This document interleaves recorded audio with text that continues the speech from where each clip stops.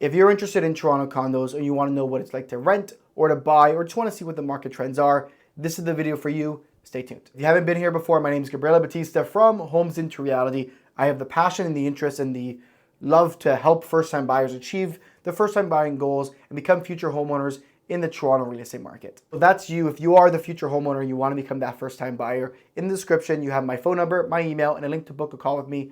You can touch base with myself and we can talk more specifically how I can help you achieve those first-time buying goals. And if you are new, like, subscribe. I appreciate all the feedback you have in the comments, and stay tuned for new videos every single week. Now on to the content. This is a video we do every single month, breaking down different type of layouts and see what it costs you to rent or buy different types of Toronto condos. We update on a monthly basis because the rental market's consistently changing, and it definitely changed this month. So we're gonna go through studios, 1 bedrooms, 1+ dens, and 2 bedrooms, and see the differences between renting and buying those different layouts, and see where the overall market trends are going. As a quick reminder, we do look at median price points for the rent and buying numbers for the sole reason that first-time buyers are most likely gonna be looking at the entry-level price point.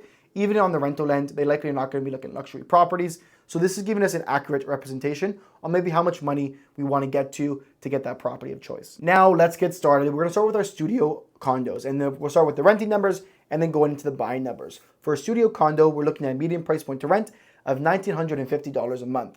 Now that is a big drop off from last month where the median price point was $2,100 a month. You can see the graph that comes up in front of my face. This is a pretty major drop of $150. It's not and we have a decent sample amount of properties leasing out. So it's a bit shocking we're seeing this much of a change month over month. It's not very normal. You see that we were kind of stuck at $2,100 a month for a very long time. And then we kind of jumped up during the summer months, but came back down to reality. This is the first time we've been under $2,000 a month in the rental market since June of 2022. So it is a pretty dramatic change, and we want to see if this is going to keep up with us long term or if it will rebound next month, or maybe it's just a one-off. Now on to your purchasing numbers for a studio. We're looking at a median price point to purchase of $438,000. The one thing with this is because volume for studios that transact is much lower. I believe it's about 23 properties sold in February for studios.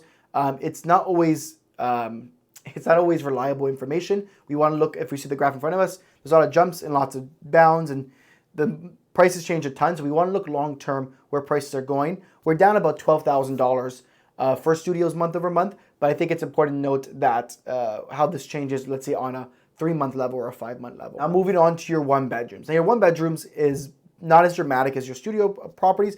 We are trending downwards as well. We're looking at a median price point of $2,300 a month.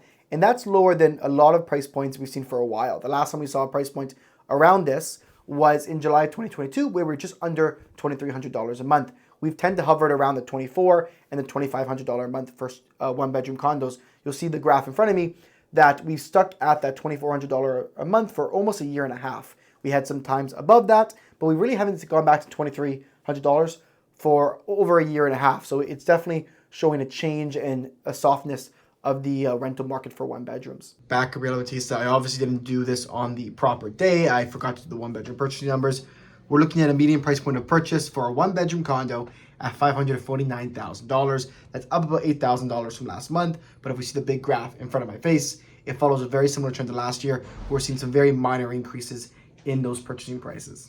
Now moving on to 1+ dens, get a little bit bigger, get maybe an office space, maybe get a child's bedroom or something to work in, who knows. But for 1+ dens, we're looking at a median rental price of $2,536 a month. That's down about $20 from last month. So this is probably the most stable layout we're going to see on the rental market. All the other layouts are dropping down in price a little bit faster. This is only dropping $20 a month. With that being said, we have a decent amount of volume on the 1 bedrooms, 2 bedrooms, and 1+ dens to see that it's still declining in price point. Although it's not dropping $50, we're still trending downwards, and that the price point for these properties are getting cheaper. If we look at 1+ dens, it's about where it was this time last year in February. We're just under that amount by a little bit. Now, when it comes to purchasing a 1+ den, it's an interesting situation. We are up a little bit as well, not by much, about $3,000, $4,000.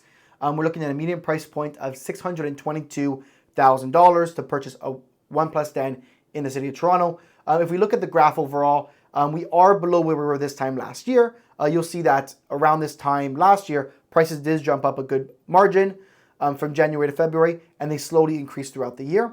We're still below that number. We very marginally, very smallly have increased price point month over month.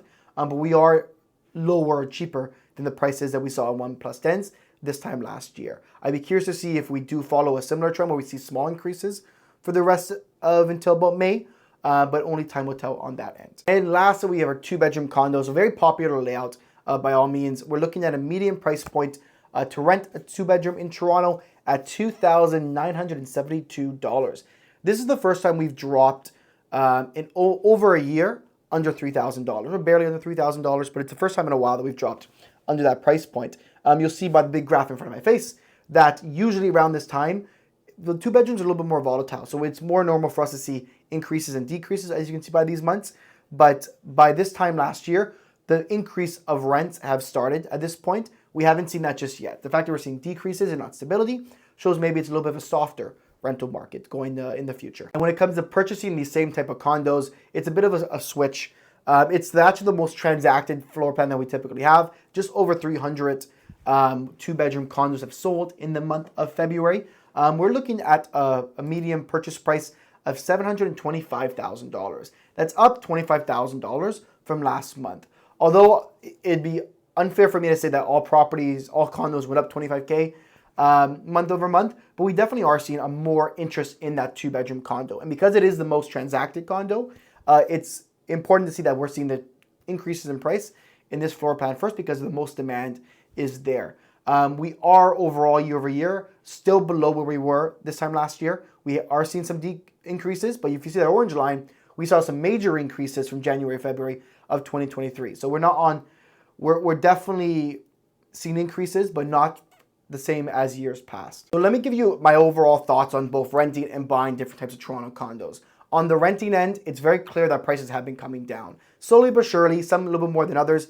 I'd be curious if studios consistently stay under $2,000. It's very well possible that it was a 1 month off where prices came down so much. They may go up a little bit, but overall be down month over month, or over a 3-month span, they probably will be down. So I'm curious for the studios. But for everything else, we have seen rents continuing to climb down. Usually by this time of year, rents are a little bit more stable. Rents are maybe not going up, but they're definitely getting ready to go up in the summertime when the market's the most competitive. So it's definitely something that I'm consistently watching to make sure that I know what's going on in the rental market. But my gut tells me from what we're seeing right now, we're probably going to slowly grind down our rental prices until about May, where prices may start to go up just because the time of year and the competition tends to be the highest in the summer. And it's not like we're seeing a small volume of properties rent out. Like we're seeing a decent amount of volume. We're seeing over 100 studios rent out. We're seeing in the 800s, in the 600s, 700s of the 1-bedrooms, 1-dens, and 2-bedrooms rent out, which is a pretty healthy amount of properties renting out. So there is demand there. They're just able to get more prices on properties at maybe a more discount. There has been a little bit more new construction on the market compared to some months and years past. Like I know, for example, Time and Space is a very, very popular product where there's almost 100 rental units in that complex available. So there's definitely more rental supply out there, which is pushing these prices a little bit lower. I'd be curious to see what happens in some middle months if this continues. On the buying end, I think it's curious that where prices are going. Studios, I always take a grain of salt that they've gone down, but we've seen maybe them turn a corner in the spring market. It's very normal for prices to go up in the spring market. If you compare it to the other property types, detached homes, semis, townhouses, all of those properties are up, and they actually are up much more than what condos are up. So there definitely is more buyers in the market out there. Maybe not as much supply, a little bit more of a tighter supply. But the fact that prices are going up, I'm not too surprised. But if you compare it to years past, they're not going up as significantly. And a lot of that has to do with just a little bit more rental supply than in years, not rental supply, a little bit more condo inventory on the market than in years past. So it's possible that we're going to see, although prices increase, it may not be dramatic. It may not be significant compared to, let's say, 2021 and 2022. We might see maybe a little bit of an increase going into the spring months. But my gut tells me that by the time the summer comes around, we're going to be in a relatively balanced, or maybe even, I would like to say we're going to be in a relatively balanced condo market going from summer to the rest of the year. You know what? When I analyze the market on a very wide basis, when I look at all of Toronto, it gets really tough to really break down where prices are going. What I would tell you is if you are a first-time buyer in the city of Toronto and you want to break down these numbers a little bit further for your situation, your area, your layout, your scenario, I'm happy to touch base. In the description is a link to book a call with me, my phone number, my email, all of my contact information. So it's very easy to get a hold of me. And we can talk about you becoming a first-time buyer in the city of Toronto and if it makes sense or not for you. And for a lot of people, it can make sense. For a lot of people, it won't make sense. So what I would recommend you, if you want a recommendation that is based off your situation, reach out directly and we're happy to touch base with a call, grab your coffee, whatever it is, and we'll talk about how you can become a first-time buyer in the city of Toronto. Once again, if you want more of me, subscribe, hit the like button, comment what you want to see more of, or comment what you don't want to see any more of, whatever it is. And then follow me on Instagram where we post weekly content there as well. And then you can, in the description, join my newsletter list where I help first-time buyers every single week on keeping them posted on what's going on in the market. So when they are ready to make that first big move, they hear from me, they can touch base with me, and we can get you started on becoming a future homeowner.